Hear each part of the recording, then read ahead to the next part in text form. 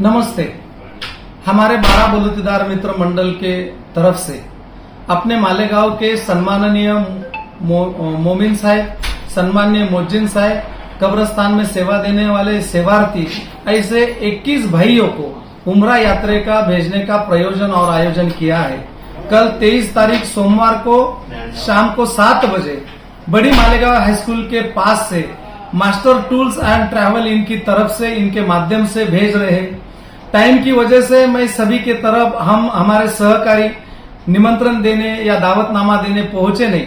यही चैनल के माध्यम से मैं बड़ी नम्रता से आपको मालेगांव के सभी भाइयों को रिक्वेस्ट करता हूं, विनंती करता हूं कि अपने 21 भाइयों को उम्रा यात्रा को भेज रहे हैं।